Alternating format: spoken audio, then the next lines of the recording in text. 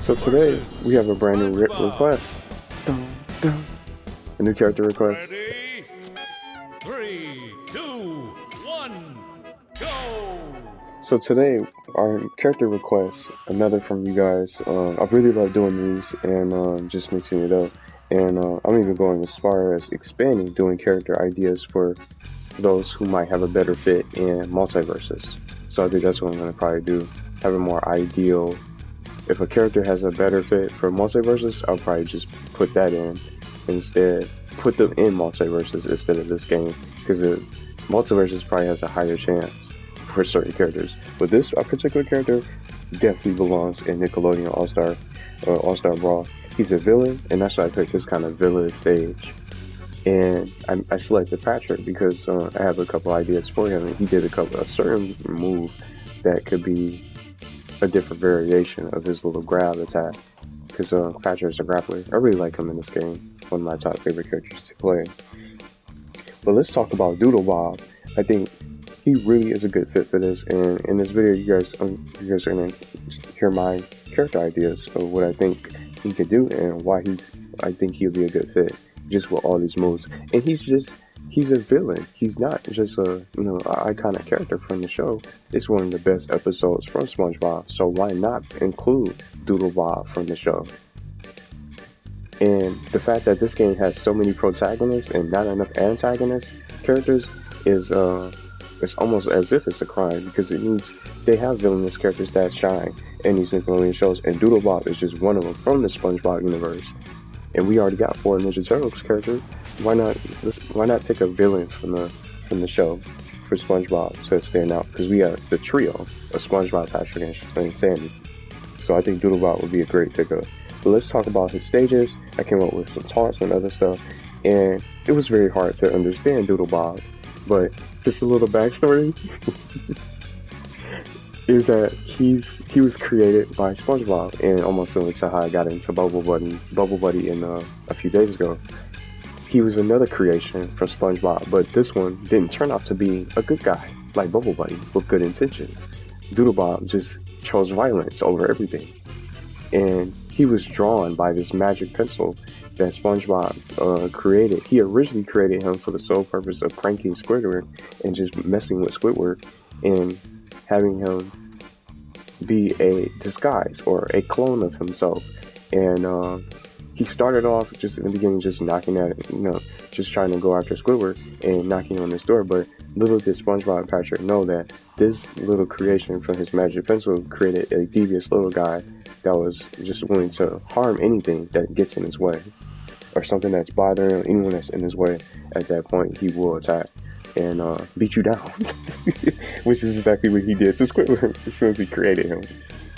But that's the whole little backstory for DoodleBob and how he was created and what kind of character he is. And he's just a drawing with some devious intentions and just violent, super violent. And I think this is why. It's just one of many reasons why he's going to be a good character for this game, if they can make him get him in it. But let's talk about the stage ideas and a couple stages. And I think I picked this spooky stage for Flying Dutchman because I think a particular spooky stage with the scary thing that would fit would be the downtown rock bottom. Anybody remember that episode from the rock bottom when SpongeBob was trapped there? And it's like the no-go zone, or the scariest part of Bikini Bottom. It's like its opposite.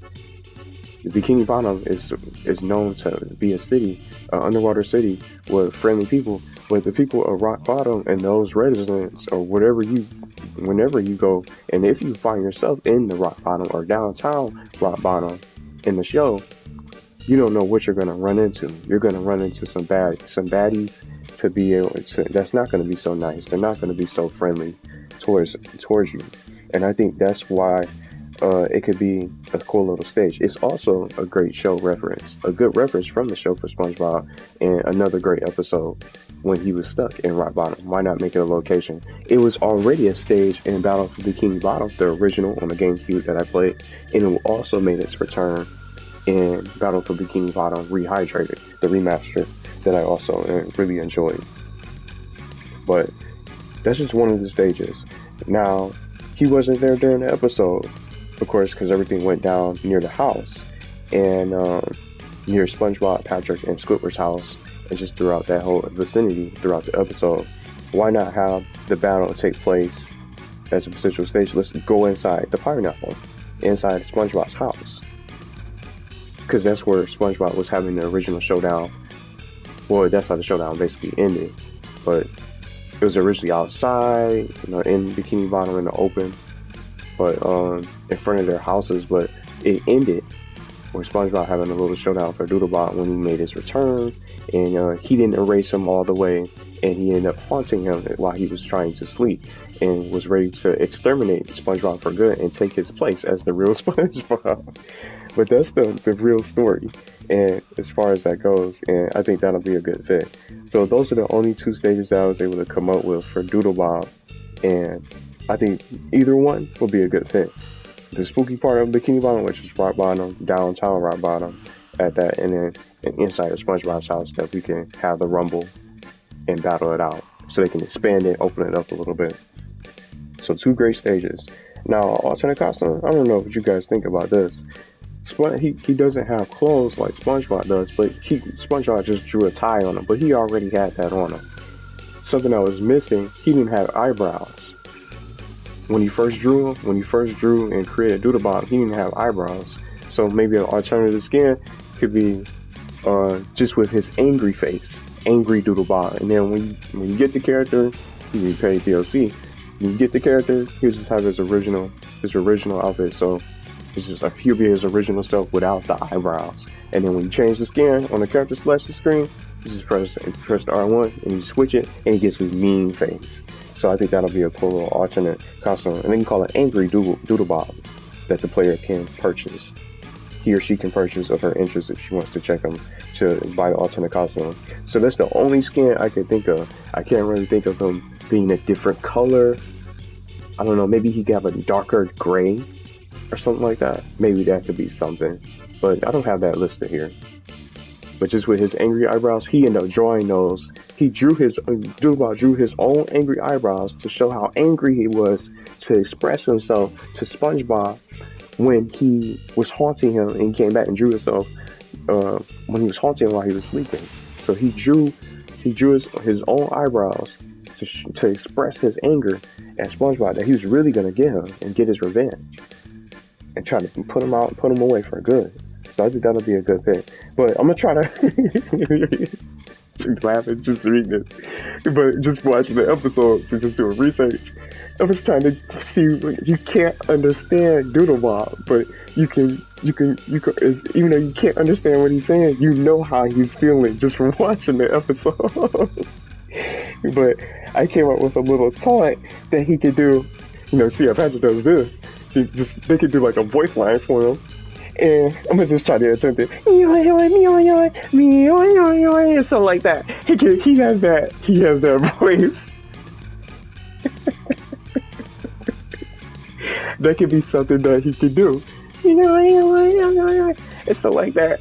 But that could be some kind of taunt that he could do for his language. No one understands what he says. But you know he's upset. You know he's gonna get you. You know he's gonna come after you and attack you and go crazy on you. And he'll beat you down. So that'll be something that'll be awesome. Really funny to see for DoodleBob sound effects. But I really think you guys will like that one. I guess we'll see what you guys think. But we're gonna wrap it up with his moveset. So I picked Patrick because remember how I referenced the episode when he first drew him. The name of the episode that I have listed here in my notes from the reference, he apparently came back in a later episode, but I don't think it's nothing like the Frankendoodle episode that I'm referencing with all his movesets and everything that he can do. The Frankendoodle episode is where he first makes his appearance. And I picked Patrick because when SpongeBob drew him and for the sole purpose of trying to visit Squidward, he went straight to his house. Squidward opened up his door and he just started slamming him like crazy. So this could be something that he could have, and it showcases his strength. And DoodleBob can really just knock you around throw you anywhere he wants you to go. So he can have some kind of different variation of a grab move. See how Patrick just slams you like it? It's like, but he picked Squidward up with one arm, with one hand, and he turned him upside down on top of his head, and he just started smashing his head into the ground several times, and he kept on doing it, but SpongeBob had to stop him. He had to get him to stop, and he threw Squidward right back inside his house.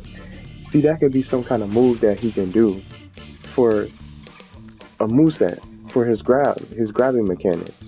I think that'll be awesome to really see that showcase, a different variation of SpongeBob's grabbing. See? DoodleBob will just turn you upside down. See what I'm saying? So that would be something that he could do. And that's all in the Frankendoodle episode that I'm referencing for all his moves that I came up with for this particular video and this character request that someone wanted to see. Now, he had a pencil, even though without the pencil, he showcased his strength without the pencil. So we already know how strong he is. But this magic pencil is capable of doing anything. So I thought maybe with the magic pencil, he can just draw some offensive. He can create almost anything he wants to create to bring the opponent down. So I came up with a magic pencil drawing mechanic that they can do, so he could quickly draw up some things to throw at the opponent. And I came up with this bowling ball, which he used to throw at Patrick when they were trying to come out of the hole that he drew and trapped him in. He drew a bowling ball out of his house, well, from outside his house, his paper pineapple, or drawn pineapple. He quickly drew a bowling ball, and he rolled it at Patrick, knocking him down. So that could be a nice projectile, and that also references the episode. So you guys can check that all out to see his offensive capability. And with that, you see how quickly he is with the pencil. He draws almost anything just in a rapid succession and quick succession. He can just draw something like that, a bowling ball that he can just roll at the opponent for a full screen projectile. And then maybe if the player charges the button, he could probably roll it faster. Or maybe it could be a bigger bowling ball, but at a slower. It can roll at the opponent at a slower rate to keep you guessing. So if you jump too soon, you'll still get hit by it. Or maybe you could just change the speed of the bowling ball at that. See, it might not be that big. It might be the same size bowling ball, but it might just roll at a different speed to change it up, depending on how long the player charges the button for the projectile attack. And this pencil that he uses from the show is a magic pencil. It could be indestructible to open up for more, combos and offensive moves. So he can hit you with the pencil in a launching mechanic like that, and just try to juggle you like that. And then when he's holding the pencil upward with a strong attack, he can just stab you with the pencil pointing straight up. It could be a cool little move. It could be almost like an anti-air. If he's standing still on the ground, he can do something like that. And he may not just something like that when he's attacking. With the pencil, he can swing it in 3-hit combos for regular attacks. See, Patrick uses his belly. But he could probably just swing even if it's not a 3-hit combo, he could still swing the pencil to do some damage, and he can just combo it. But I came up with something to expand upon it. Or it's just a regular 3-hit combo. But I came up with something else called the limited eraser. And I was thinking about Link from the Super Smash Bros. Game, the Nintendo 64 version, because I don't think he could still do this move in the other games. It was a Link slice and dice move. So when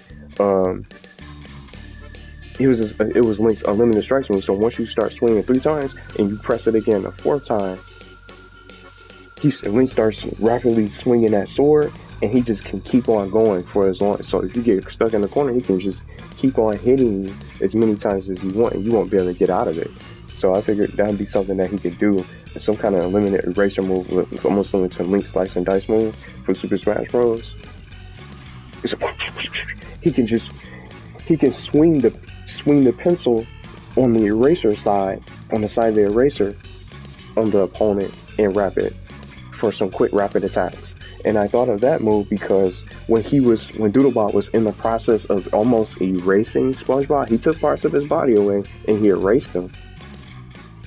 But while he was erasing him, he was going so fast in the episode that it could be something, a move could be something, it can be developed into that.